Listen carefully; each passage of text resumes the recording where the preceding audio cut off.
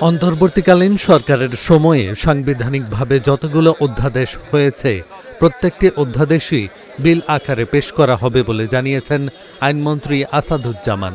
তিনি আরও জানান, আগামী সংসদ প্রথম অধিবেশনের প্রথম দিনেই অন্তর্বর্তীকালীন সরকারের সময়ে সাংবিধানিক ১৩৩ অধ্যাদেশ জারি করেছেন, তার প্রত্যেকটি পেশ করা হবে।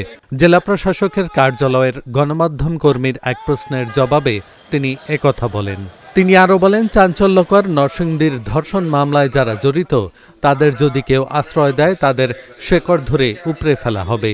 মামলার জট আমাদের দেশে একটা প্রকট সমস্যা, সেইটাকে নিরসন করতে যা যা করতে হয় সে ব্যাপারে ব্যবস্থা নেওয়া হবে।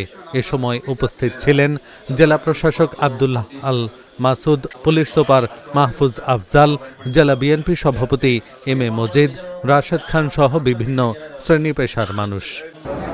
সরকারি যেটা বরাদ্দ হবে সেই বরাদ্দ জনগণের জন্য বরাদ্দ হয়, প্রত্যেকটা পয়সা খরচ হচ্ছে সঠিক জায়গায়, এটা নিশ্চিত করতে বলেছি।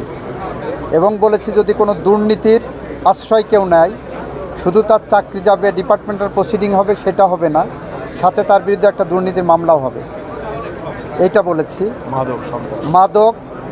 মাদকের ব্যাপারে জিরো টলারেন্স, সন্ত্রাস, রাজনৈতিক দুর্বৃত্তায়ন, সামাজিক হানাহানি, মারামারি সমস্ত কিছু নিরপেক্ষভাবে ব্যবস্থা নেওয়ার জন্য প্রশাসনকে আমরা নির্দেশ দিয়েছি।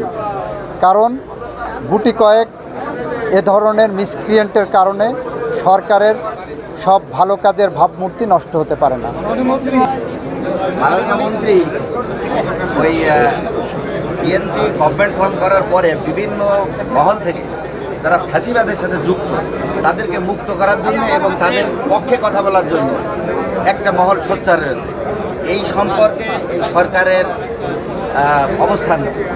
সরকার জনমতগুলোকে দেখছেন এবং সরকার আইনসঙ্গতভাবে ফ্যাসিস্টদের বিচার করতে বদ্ধপরিকর।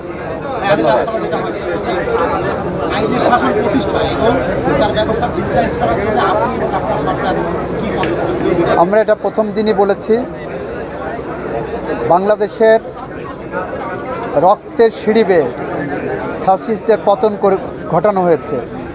বাংলাদেশ গণতান্ত্রিক অগ্রযাত্রায় মহাসড়কে উঠেছে। সুতরাং আইনের শাসন, ন্যায় বিচার, মানবাধিকার প্রতিষ্ঠায় আমাদের সরকার বদ্ধপরিকর এবং সেই পথ ধরে আমরা হেঁটে যাব। এটাও ইন্টারনাল ডেভেলপমেন্টের ব্যাপার চলবে। Thank you. Thank you. আমার বার্তা, এ ধরনের অপরাধ যেই করে থাকুক এবং তাদেরকে যদি কেউ শেল্টার দিতে আসে তাদেরকে সহ শিকড় উপড়ে ফেলা হবে।